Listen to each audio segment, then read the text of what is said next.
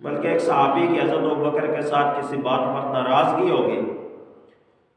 تو حضرت ابوبکر رضی اللہ تعالیٰ عنہ نے کوئی سخت بات کہہ دی، سخت جملہ کہہ دیا۔ بعد میں حضرت ابوبکر کو پریشانی ہوئی کہ یہ بات مجھے نہیں کہنی چاہیے تھی، تو حضرت ابوبکر رضی اللہ تعالیٰ عنہ نے اس صحابی سے کہا کہ میں نے جو تمہیں سخت جملہ کہا ہے مجھے اس پر معافی دے دو، مجھے معاف کر دو، اور اگر تم معاف نہیں کرو گے تو پھر میں حضور علیہ السلام کو شکایت کروں۔ تو ایک اور صحابی پاس ان کے دوست بیٹھے تھے، تو انہوں نے کہا کہ یہ عجیب بات ہے، زیادتی بھی خود کی ہے اور اوپر سے حضور کو شکایت بھی خود لگائیں گے۔